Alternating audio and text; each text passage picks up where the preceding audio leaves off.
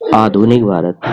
आधुनिक भारत की शुरुआत कब से कब तक हुई? ये 1857 से 1947 तक हुई। आधुनिक भारत में 1857 का विद्रोह होता है और उसके बाद जो नरमपंथी और उदारपंथी चरण होता है, इसमें भी हमें देखने को मिलते हैं काफी इंपॉर्टेंट क्वेश्चन। ये 1885 से 1905 तक की चलता है। तीसरा पॉइंट जो होता है गर्मपंथी यानी उग्रवादी चरण, ये 1905 से 1917 तक चलता है और फिर चलता है गांधी युग। बढ़ते हैं आगे, देखते हैं कुछ इंपॉर्टेंट जो 1857 की क्रांति में हुए थे। अगर देखा जाए स्वतंत्रता का सबसे बड़ा जो बदलाव आया था वो 1857 की क्रांति से ही आया था।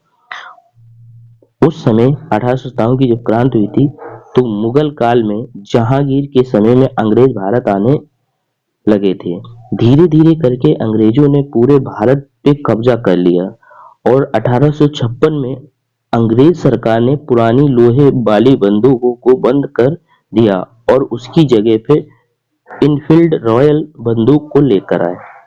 और इनफील्ड जो रॉयल बंदूक होती थी, इनमें गाय की चर्बियां, शुगर की चर्बी कारतूस में लगी होती थी, तो उसका विरोध हुआ था।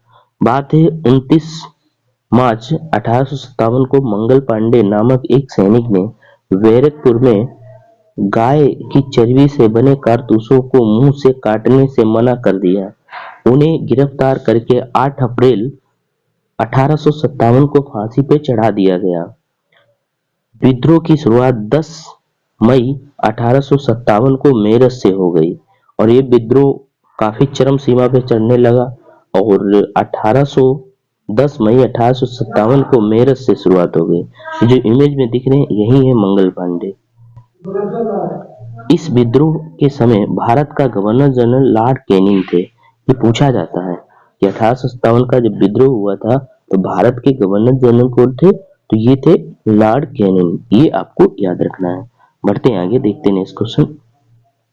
1857 का जो विद्रोह हुआ था कहाँ कहाँ शुरू हुआ था और इसका नेतृत्व किसने किया था? विद्रोह का नेतृत्व कौन कर रहा था? अगर मैं बात करूं दिल्ली की तो दिल्ली में कर रहे थे बहादुर शाह जफर, इसका नेतृत्व कर रहे थे। और कानपुर में कर रहे थे तात्या टोपे कर रहे थे। कानपुर में कौन इसका नेतृत्व कर रहा था? तात्या टोपे। लखनऊ में बेगम हजरत महल लखनऊ में कर रही थी और झांसी में रानी लक्ष्मीबाई कर रही थी। जगदीशपुर में कुंवर सिंह कर रहे थे।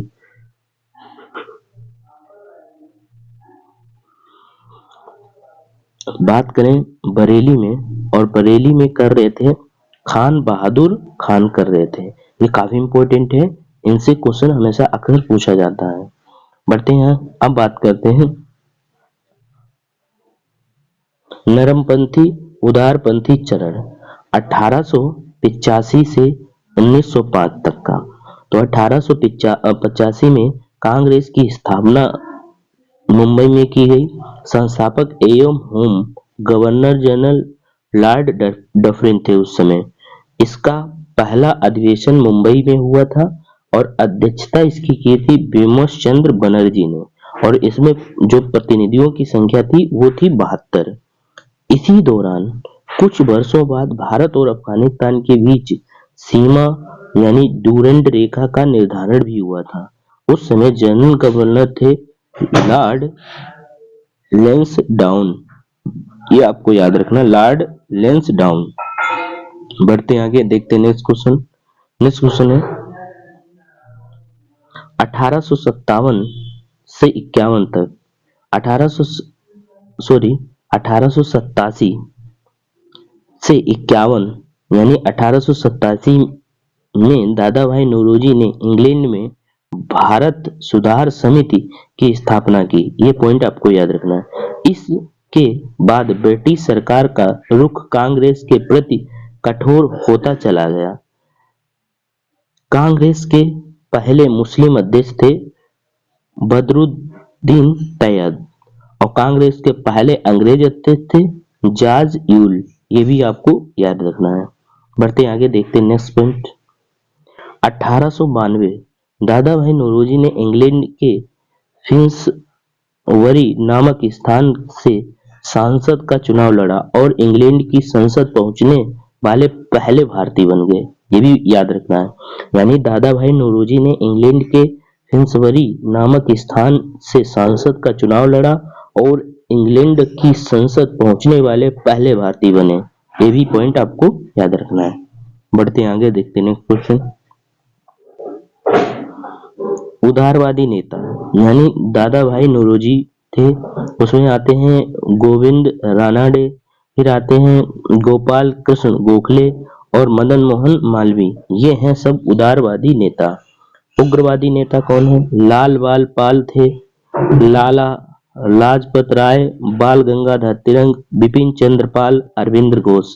अगर लाल बाल पाल से पूछा जाता है तो इसमें लाला लाजपत राय, बाल गंगाधर तिलक और बिपिन चंद्र पाल और अरविंद घोष ये गरम दल के नेता थे और ये उदारवादी नेता थे।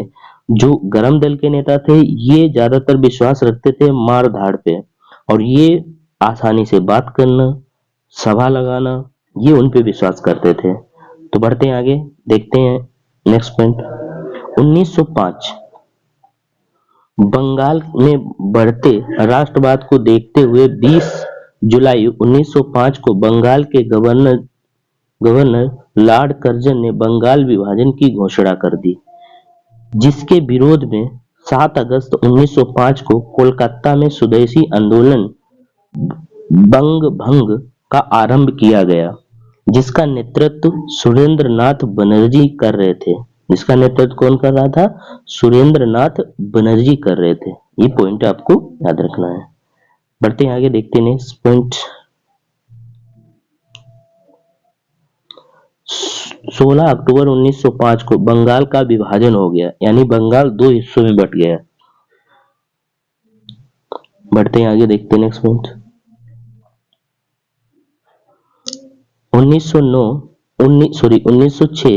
1906 में आगा खां और सलीम मुल्ला खां ने बांग्लादेश के ढाका में मुस्लिम लीग की स्थापना कर दी, जिसका संविधान कराची में बना और पहली मीटिंग अमृतसर में आयोजित की गई थी। ये भी आपको याद रखना है। 1907 में कांग्रेस का सूरत अधिवेशन आयोजित किया गया। 1907 में कौन सा अधिवेशन आयोजित किया गया? सूरत अधिवेशन। फिर कांग्रेस बट गई 2 भागों में, कांग्रेस का भी विभाजन हो गया, नरम दल और गरम दल। बढ़ते हैं आगे, देखते हैं नेक्स्ट पॉइंट। 1911 में लॉर्ड हार्डिंग बंगाल का गवर्नर जनरल बना और बंगाल का गवर्नर जनरल बनते ही बंगाल का विभाजन रद्द कर दिया और भारत की राजधानी कोलकाता से दिल्ली बनाने की घोषणा कर दी। नेक्स्ट पॉइंट है 1912 में भारत की राजधानी कोलकाता से दिल्ली बना दी गई। ये पॉइंट कई बार पूछा गया एग्जाम में, इसे आपको याद रखना है। नेक्स्ट है 1913 में लाला हरदयाल ने सैन फ्रांसिस्को में गदर पार्टी की स्थापना की और 1917 कांग्रेस का कोलकाता अधिवेशन एमी बेसेंट यानी कांग्रेस की पहली महिला अध्यक्ष बनी। ये भी आपको याद रखना 1917 में। बात करते हैं लाला राज, ये जो आपको इमेज में दिख रहे हैं ये है लाला लाजपत राय। लाला लाजपत राय जिन्हें पंजाब केसरी के नाम से जाना जाता है, गरम दल के प्रमुख नेता थे। उन्हें पंजाब के शेर की उपाधि भी मिली थी, ये भी आपको याद रखना है। लाला लाजपत राय ने यंग इंडिया नामक पुस्तक लिखी। यंग इंडिया किसकी है? लाला लाजपत राय की। नेक्स्ट पॉइंट है जब साइमन कमीशन भारत आया था तब लाला लाजपत राय ने ही विरोध किया था, ये भी आपको याद रखना है। बढ़ते हैं आगे, देखते हैं नेक्स्ट में। बात करते हैं बाल गंगाधर तिलक की। तो बाल गंगाधर तिलक कौन थे? गरम दली आंदोलन का पिता कहा जाता था। गरम दली आंदोलन का पिता कहा जाता है। स्वराज मेरा जन्म सिद्ध अधिकार है और इसे मैं लेकर रहूंगा, ये किसने कहा था? बाल गंगाधर तिलक ने कहा था। इन्होंने एक साप्ताहिक पत्रिका केसरी और गीत रहस्य नामक ग्रंथ लिखा और महाराष्ट्र में गणपति उत्सव आरंभ करने का श्रेय बंगाल बाल गंगाधर तिलक को ही जाता है। ये भी आपको याद रखना है।